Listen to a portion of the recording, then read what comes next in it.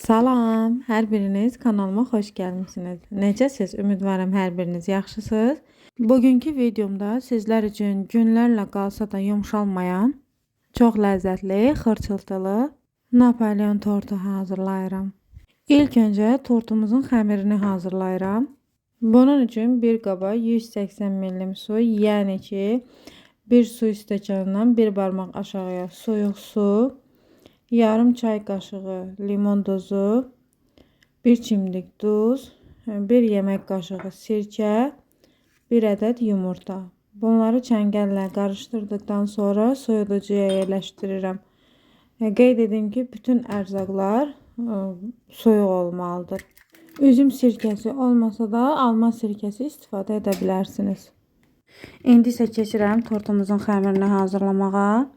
400 qram un, bu isə stəkan ölçüsü ilə 3 stəkan əlavə 1 yemək qaşığı un edir. Və sizlər istəsəniz yağı da marqarindən və yaxud da kərə yağından istifadə edə bilərsiniz. Bu sizin istəyinizə bağlıdır. Və videoda gördüyünüz kimi yüngül-yüngül ehmalca yağı unla qarışdırıram və mən bir bağlama vanilini də əlavə etdim.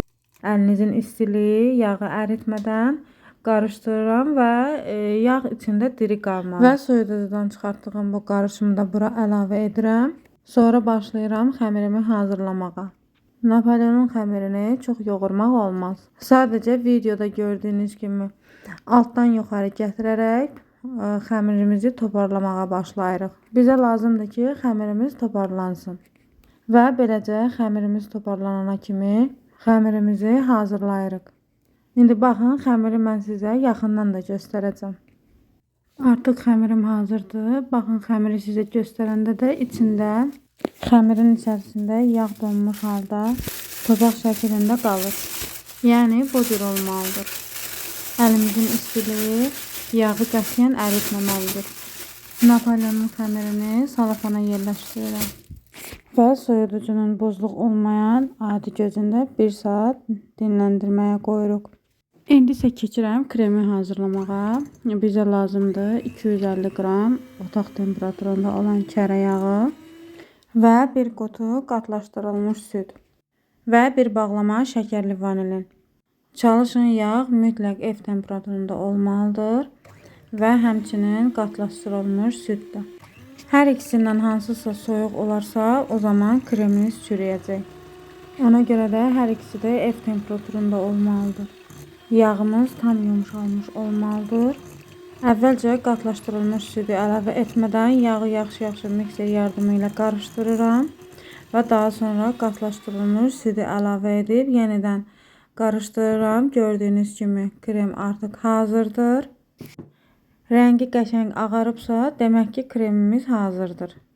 Kremi soyuducuya yerləşdirib, indi isə keçirəm Napolyonun korjlarını hazırlamağa. Xəmiri soyuducumdan götürürəm və xəmiri 9 bərabər hissəyə bölürəm. Dəzgahın üzərini mütləq unlamaq lazımdır. Xəmir biraz yağlı xəmir olduğu üçün yapışa bilər. Mütləq deyil ki, xəmiri 9 hissəyə böləsiz, 8 də edə bilərsiniz. Baxın, indi videoda görsənəcək, xəmirin içərisi belə olmalıdır. Yağlar əriməyib, yəni bəzi yerlərində gördüyünüz kimi yağlar görünür. Xəmiri kündələyirəm. Kündələdikdən sonra mən salafanın içərisinə yığıb buzdolabına yerləşdirdim. Məndə mətbəxim isti olduğu üçün xəmiri buzdolabına yerləşdirdim. Əgər sizdə mətbəxiniz soyuqdursa, buzdolabına yerləşdirməyə ehtiyac yoxdur. Xəmiri kündələdikdən sonra saxlamağa ehtiyac yoxdur. Sadəcə üzərini bir salafanla örtürük və xəmiri bir-bir artıq yaymağa başlayırıq.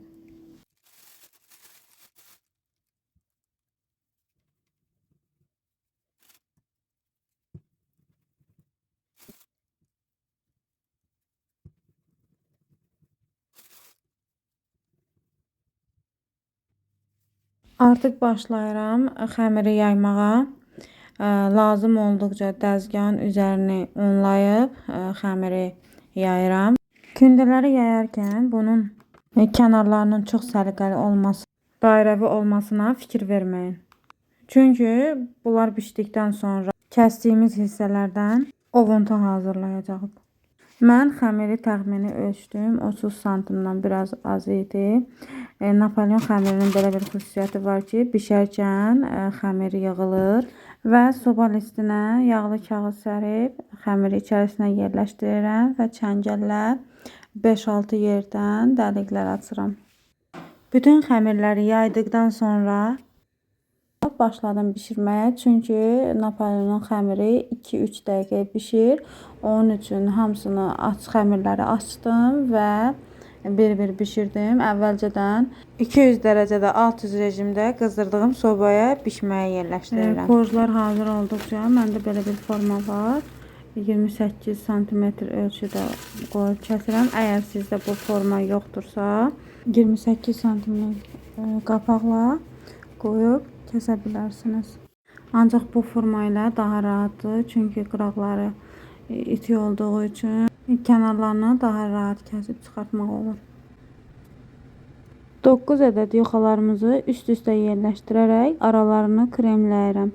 Krem sizə az gəlməsin və sonuncu yoxanın üzərini kremləmədən öncə podnisin arxa hissəsi ilə həfifcə bastırıram və daha sonra axırıncı yoxanın üzərində kremləyib kənarının ovuntusu ilə üzerini və qıraqlarını bəzəyirəm. Və məndə buzdolabında yaydan gilə meyvələr var idi. Çiyələk, muruq və mavigilə.